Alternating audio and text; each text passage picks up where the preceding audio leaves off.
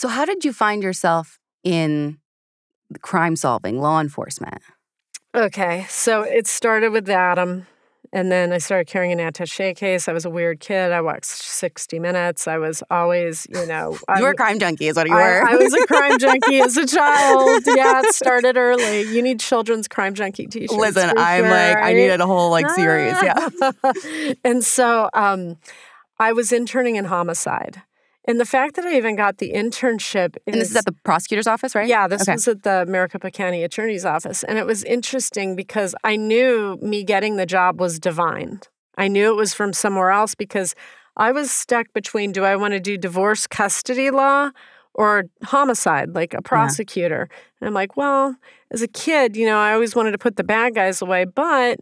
I could help kids in custody situations and have a child psychologist on staff and help them. So I was a little torn. So I went to homicide and they all told me no. Everybody in homicide said no. They really didn't want me there. The women were kind of mean, quite honestly. Yeah, I was 28 at the time and they were not liking me being around. And so I'm sitting waiting for my parking to be validated. This man comes and sits next to me, starts talking to me, and he said, "Why are you here?" And I said, "I'm here for an internship. I really wanted to see if this was my path."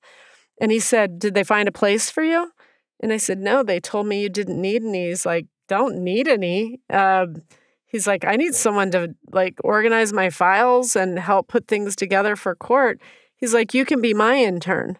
And I was just like, "Really?" So he walks me back through the bullpen of women on the phone. And he's like, "This is the new intern. This is Allison Dubois." And I'm just like, "Hi." Who is the man? Let's just say he was very high up in okay. his division. He's retired from there since, but although he met with the producers of Medium and they know who he is, I've never outwardly named him because I don't want him to have to answer for my life. Okay. But he knows who he is, and he's still a very good friend, important, pivotal in my life.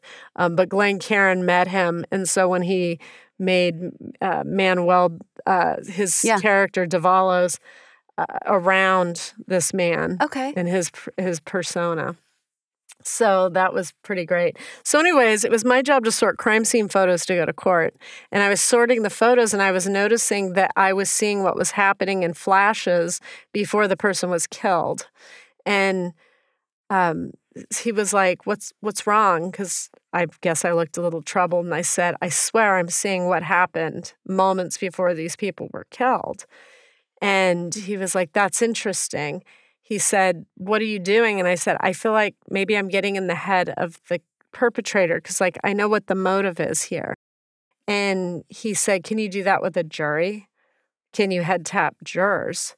And I said, Did he have any context for your life or anything? Or it was just when you're looking at these pictures? He was intuitive himself. And he believed, even though he's straight up the best prosecutor I've seen in my life. This commands the courtroom. And so I said I could try. So he sent me to one of the DA's homes, and she had the jury questionnaires. So I had to go through and put people on a jury that the defendant's counsel wouldn't care if we put them on because they get a certain amount of strikes where they can strike some of your people and we can strike some of yours. So I wanted to put people on the jury for our victim who is raped, tortured, and murdered. She was an ASU law student. That was my first case. I wanted to assemble a jury with women who knew what it was like to be victimized. Women who are raped carry a victim energy.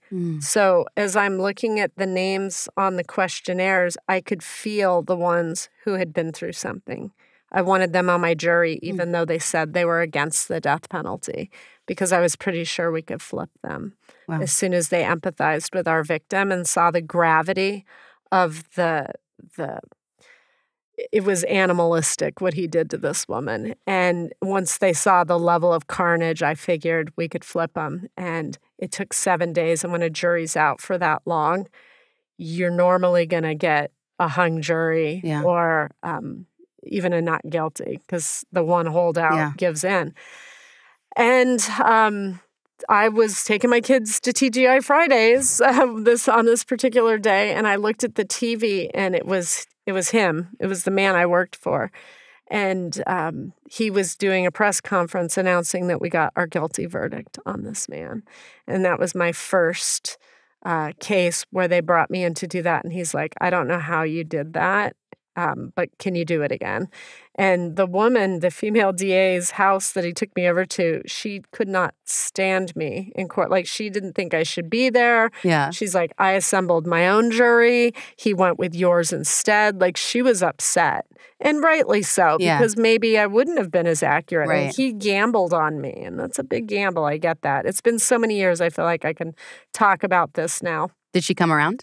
She ended up being one of my best friends. Get out of here. So then she asked me to help her on one, and I was on NyQuil. I had a cold. I was so sick this one more day, and she goes, I need to know if the jury's going to come back for us and when. I'm like, oh, is that all? So, anyways, so I told her the day and I told her the time.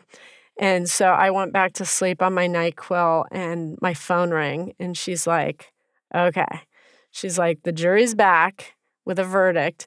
She's like, you were off by 4 minutes. I was like, sorry, Patty, whatever. She's like, that was pretty good. She's like, I know you're sick, but get dressed. We're going to go drink some margaritas. I was like, I really don't feel it. She's like, I don't care. She's like, this is too big not to celebrate. Wild. So that's how I sort of progressed through the office of DAs. And I loved it. I did it 6 times. Yeah. There was one that there was a loophole. We could not get this man. It really bothered me because the little girl was only like 3 and she was killed in his trailer. He was babysitting for parents that were meth addicts. And they found her body in his trailer, but they couldn't prove it was him because there was no DNA on her body.